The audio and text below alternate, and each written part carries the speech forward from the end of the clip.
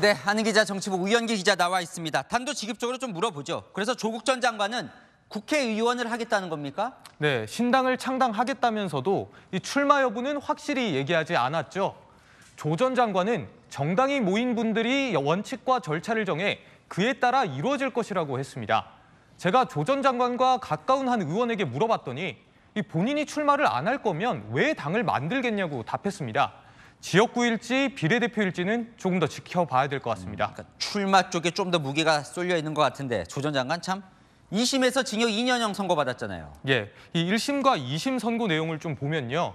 이 신당을 창당해서 국민들 표를 달라고 하기에는 논란이 될 혐의들이 모두 유죄 판결이 났죠. 입시 비리, 청와대 감찰무마, 청탁금지법 위반 혐의 등 11개 혐의에서 유죄가 나왔습니다. 오늘 대법원에 상고를 했는데 출마해서 당선되더라도 대법원에서 징역형이 확정되면 의원직을 상실합니다.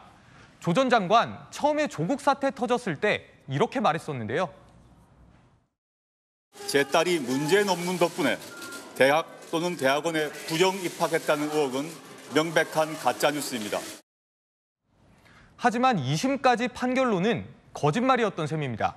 원희룡 전 장관은 조국 전 장관이 해야 할 일은 창당이 아니라 위선과 불공정에 대한 반성이라 했고요.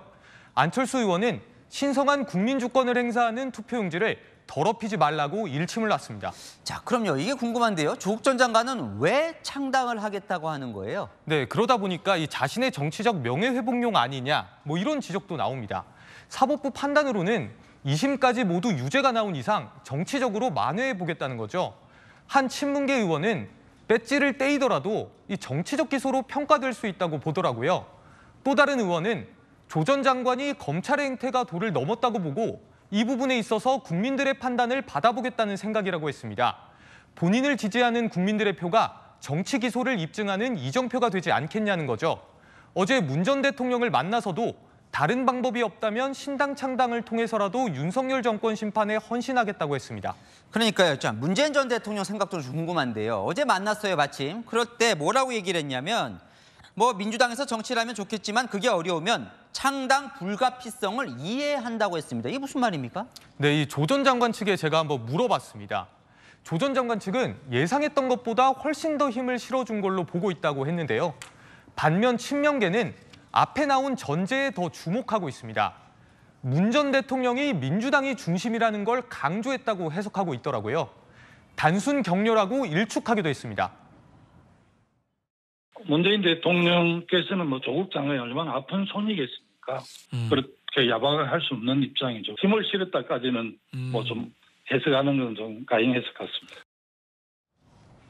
한 친문 관계자는 민주당에서 조 전 장관에게 공천을 주기 힘든 현실, 그럼에도 힘을 모아 승리해야 하는 상황을 감안한 발언 같다고 했습니다. 하지만 문 전 대통령 역시 2심까지 나온 유죄는 눈 감고 있다는 지적도 나옵니다.